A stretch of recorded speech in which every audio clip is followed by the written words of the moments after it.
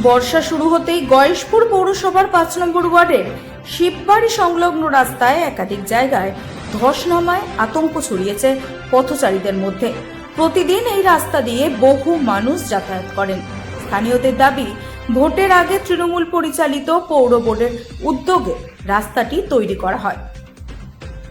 গত বছর ১১ই সেপ্টেম্বর কাজ শুরু হয়ে ২২শে সেপ্টেম্বর সেই কাজ শেষ হয়।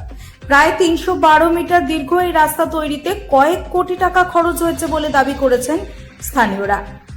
কিন্তু এক বছরের মধ্যেই বর্ষার জেরে রাস্তার বেশ কয়েকটি জায়গায় ধস নামায় রাস্তা নির্মাণের মান নিয়ে উঠছে প্রশ্ন।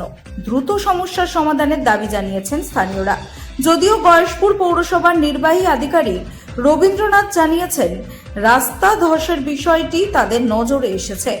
ইঞ্জিনিয়ার পাঠিয়ে পরিস্থিতি খতিয়ে দেখে দ্রুত সমস্যার সমাধান করা হবে।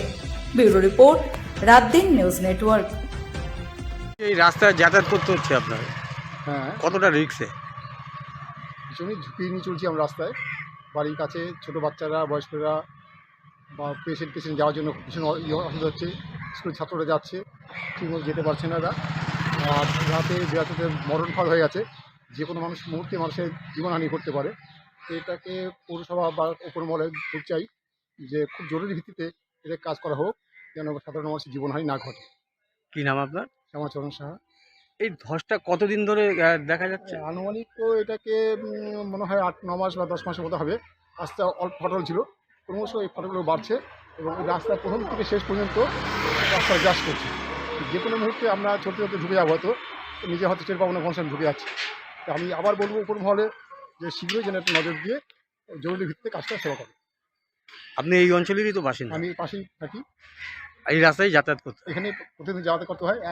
প্রতিদিন আনুমানিক তা কত লোক যাতায়াত করে এই রাস্তা দিয়ে? আনুমানিক যাতায়াত করে। প্রচুর সংখ্যক লোক। সবচাইতে তো খুব কঠিন যে স্কুলের গাড়িগুলো যাতায়াত করে। বাচ্চাদের নিয়ে দুস্থ রোগীরা এই সময় ঘুরে যায় হসপিটালে যাওয়ার জন্য, ৫০০ বেড বা গান্ধী যাওয়ার জন্য তাদের রাস্তায় ঘুরে যেতে হয়। কোনো সময় রাস্তা চলে আসে ভ্রান্তি ভুল করে, আবার ঘুরতে হয়, ঘুরতে হচ্ছে দিকে। অতএব রাস্তাটাকে যেন জরুরি ভিত্তিতে সেবা মেরামত করা হয়। কি নাম আপনার? শ্যামাচরণ সাহা। ধস এটা অনেকদিন ধরে রাস্তা যাই, যখন দেখতে পাই অনেকদিন ধরেই। কতটা রিক্সে যাতায়াত করতে হয়? যখন অ্যাক্সিডেন্ট হতে রাত্রেবেলা যদি যাই কেউ বা খেলা করে, একটা বড় একটা অ্যাক্সিডেন্ট হতে পারে। তার মানে একটা রিক্সে চলাফেরা করতে হয়। করছি তার মানে এটা বারবার অন্তত এই রাস্তাটা ধস নামছে। এটা যদি একটু পৌরসভা থেকে দেখে এসে করে, তৃণমূল আমলেই যা এগুলি করে গেছে। হ্যাঁ, এর আগেও ধস নেমেছিল? এর আগে ধস নেমেছিল, এটা বহুবার ঠিক করে ধস নেমেছে। সামনে হনুমান মন্দির সামনে অনেকবার ধস নেমেছে। তার মানে ঠিক হচ্ছে না? ঠিক হচ্ছে না।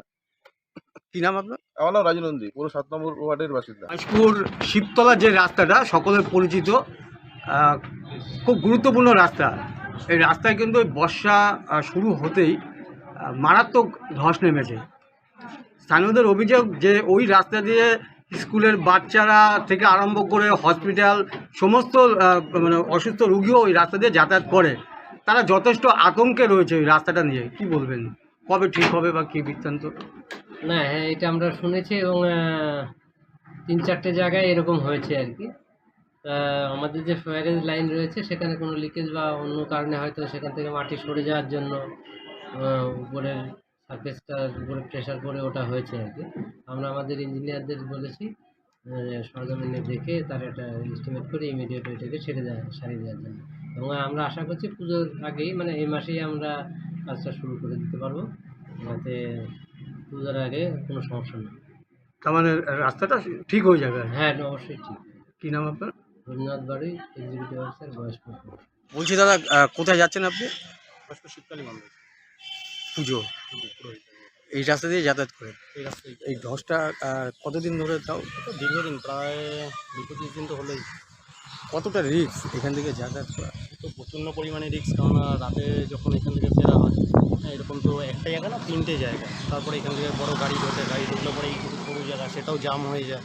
হ্যাঁ, দাঁড়িয়ে থাকতে হয়, তো প্রচুর রিস্ক। সামনে বর্ষার দিন, লোডশেডিং থাকলে অসুবিধা হয়ে যায়। তার মানে একটা রিক্সে যাতায়াত করতে হবে।